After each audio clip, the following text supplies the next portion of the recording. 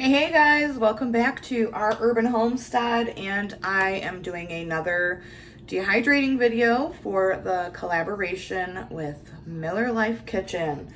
So I just went out and picked a whole bunch of tomatoes, and I preserve tomatoes in all different kinds of ways, but one of my favorite ways is dehydrating them. You can dehydrate them plain, but I really personally like to put a little salt, garlic powder, and Italian seasoning on them, and then dehydrate them. You can use them in so many different ways. They're just great for snacking on. In the winter months, I like to make focaccia bread, and I will put those on top of the focaccia. You can grind them down into a powder and add a little bit of water to make like a quick tomato paste for like your, or pizza sauce. They're great on like frittatas. I mean, there's just so many things you can do with them, and they are so good. To me, they taste like a little pizza and a little tomato chip. They're so good. And so I don't I use all different of the tomatoes. It's not just one color, or I guess I should have got a different knife out. I use all different kinds. I mainly have Manitoba tomatoes here because those are coming in like crazy right now. So I just cut the cores and then I slice them into, I like to do them pretty thin, and then I'll get them laid on my dehydrator tray, and I'll show you what I season them up with.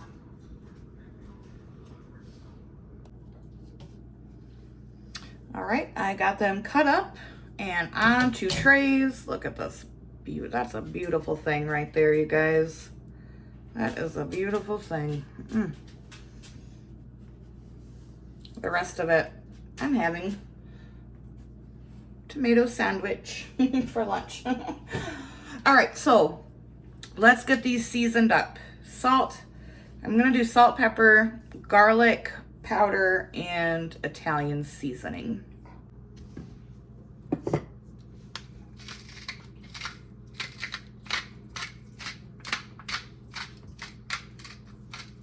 The salt is also going to help kind of draw out the moisture and kind of help the dehydrating process along. You can season these with, I mean, really anything you want. This is just my favorite combination. And I only do one side of them. I don't know why. That's just what I do.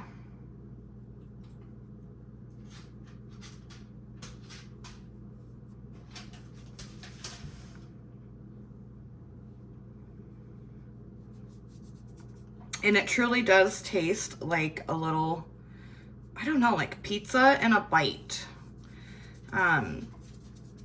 You know, when you dehydrate it, it concentrates that tomato flavor, and it just, oh, I can't even tell you guys how good it is.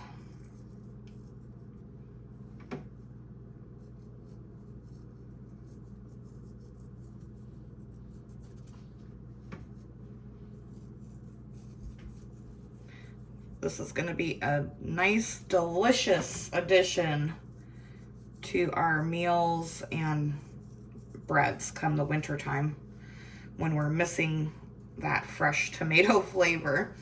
All right, I'm going to get the rest of them seasoned up, and I'll meet you at the dehydrator.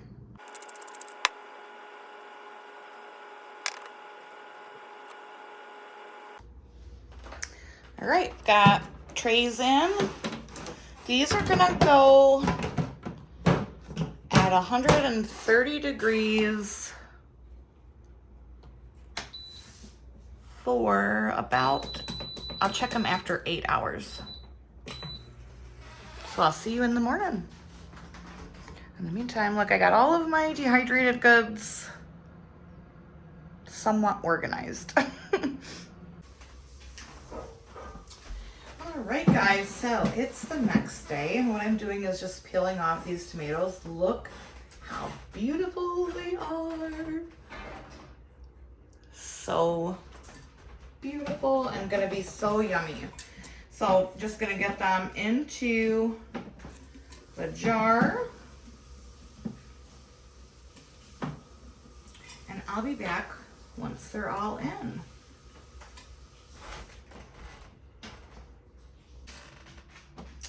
So they are all in the jar.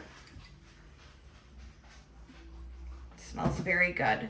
So I'm gonna put moisture absorbers, not oxygen absorbers, because we're gonna be sucking the oxygen out with our handheld vacuum sealer.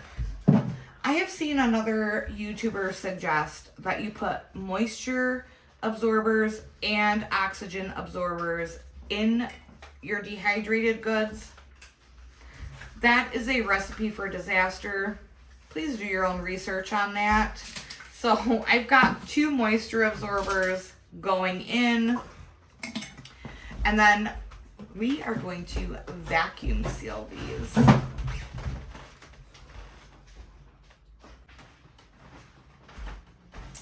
All right, so I have my 4 jars lids. There is a 10% code. It is Chelsea 10 if you use the link in the descriptions. I love these lids, you guys. They're amazing. Again, I will leave these and the oxygen absorbers that I use in the description below. So lid is on. We're gonna take our jar sealer.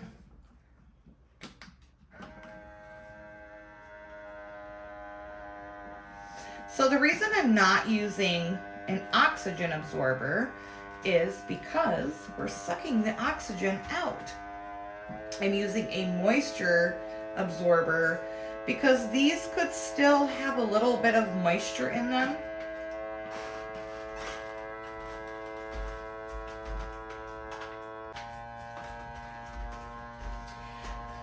And moisture is really your enemy when you are dehydrating anything. So I think this is just about done. Yes, it is. So now here's one important thing to note. When I do any dehydrated food like this, I leave it where, see, like some of it is sticking.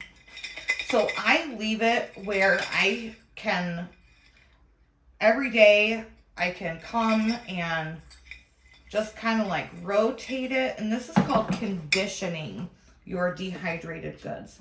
You want to do the conditioning process for about 7 to 10 days.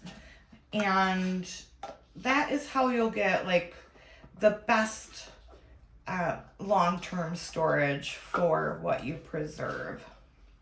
You don't want to just like do this and then stick it in your pantry and forget about it, because you could come back, it could all be clumped together, or there could be like mold, and then that would totally waste the food that you grew, all the time that it took to dehydrate it, and that's just a waste in my opinion. So condition your dehydrated foods, you guys. The only thing I don't condition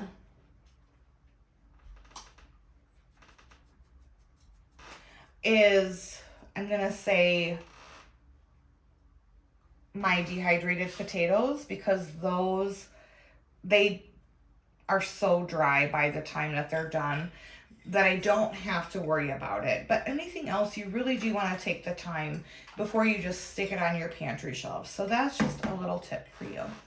So I hope you enjoyed this video. You guys give these a try. They are a great addition to your pantry, not only for like breads, pizzas, a quick tomato sauce, a quick pizza sauce.